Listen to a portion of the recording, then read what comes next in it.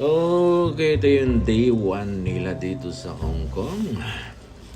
At dito nag-umpisa maglakad ang aking apo. Nung umalis sila doon, hindi pa naglalakad. Ngayon, nagpa-practice na maglakad dito. Wow naman. The light is fading fast. From this old town we gotta go. Our bags are packed, so what we waiting for? There's no point in delaying what we both already know. Escape this time with me. Escape this time.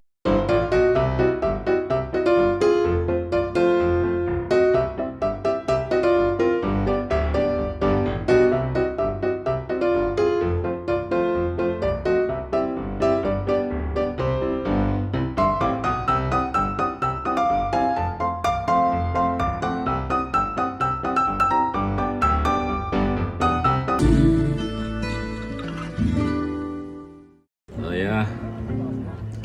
So, sasakay tayo ng ferry papuntang TST, Tsim Sha Tsui. Pupunta tayo sa may Star Avenue.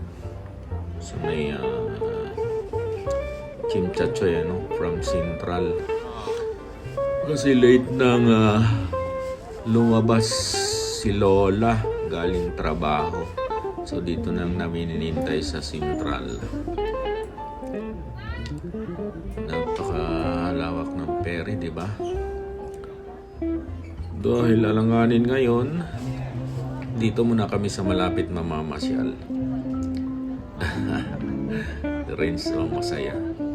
At saka si Lola. Siyempre, at saka si Lolo. Okay, tara, punta na tayo ng Tsim Sha Tsui. Nandun sa malayo yung tatlo.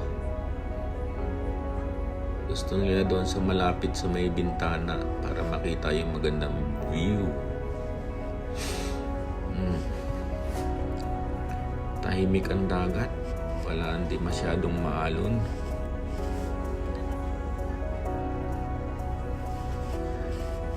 Mabilis lang naman ang biyahe.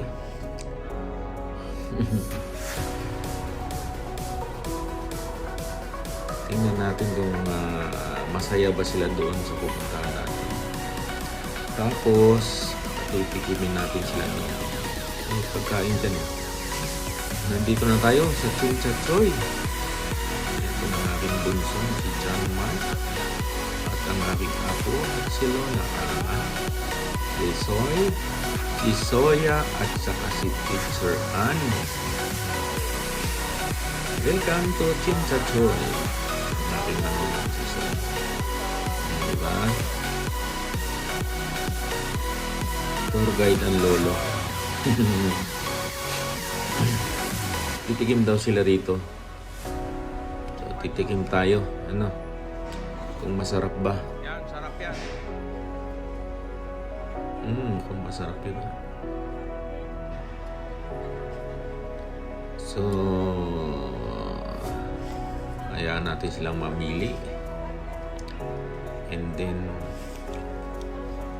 last na tayo. O-order. Hindi rin ako kumakain nito pagka ako lang. So, tikman nila at titikim din tayo siya. Tuturo na si Lola. Si Lola ano. Hotdog. Sausage. And drinks. Bago tayo mamasyal, tayo kain-kain muna. Memories natin to, remembrance natin to. Kailangan na mayroon tayong live photo. Ano Lola, masarap ba? Parang okay lang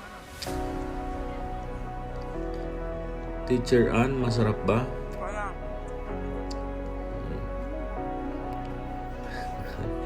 Kumakain na rin si Soya. Oh. Hmm? Ubus si Soya. O, diba? At least natikman nila. Ako kaya, anong bibigay sa akin? Curry fishball. Yan, masarap din yan.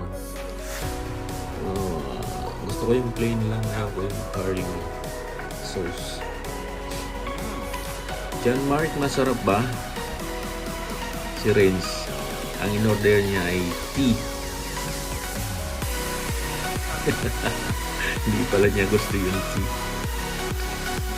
So dito na tayo sa tower Chimchachoy. Pupunta tayo doon sa dulo. May bit-bit silang inumin. Kahit malamig yung iniinom. Ako makikiinom lang ako kay Lola. So nandyan yung mga fingerprints ng mga artista dito sa Hong Kong. Nakalagay dyan lahat sa may barandillas, sa may hawakan dyan sa dulo ng dulo. Ayan o, yung dalawa.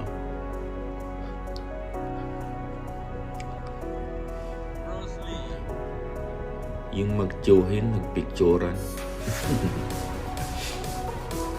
Dati, mga revolto yung mga nandyan eh. Kaso ngayon, revolto at saka yung dati, star, nasa floor. Tapos may mga revolto. Ngayon, para lumuwag ang lugar, ginawa nila fingerprints na lang lahat. Nandyan si Jackie Chan, si Bruce Lee, si Jet Li, yung mga sikat lang na kilala natin. Yung iba naman din na natin kilala. Yung mga sikat lang yan nandyan. Yung sikat sa atin, yung abot yung mga palabas nila sa Pilipinas. International.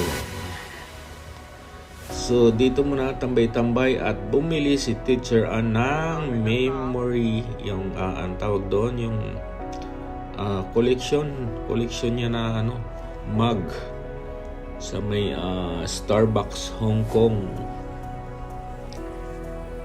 Si Bruce Lee, kita mo. Daming tao ngayon. Daming tao ngayon. Okay, pagka tapos natin dito, pasyal tayo ulit kung saan tayo aabutin ng gabi. Pagka gabi na uwi na tayo. Ganun lang naman, pasyal lang. Pasyal, kain, picture, video. Ayan lang ang sadya nila rito. Pasyal. Kasi next week, may pasok na. So dito nagaganap yung day 1 sa Hong Kong ng aking family. Nagpakasyon dito sa Hong Kong. Heritage, ayun, less ang tao. Mas konti ngayon kaysa nung nagpunta kami rito. Ano pala yun? Chinese New Year. Kaya ang daming tao nun. Ngayon konti lang. So hindi na rin kami aakyat dun sa taas. At hapon na rin. Kita mo nag-ilawan yung mga kasi si Lola mga alas 3 na nakalabas. So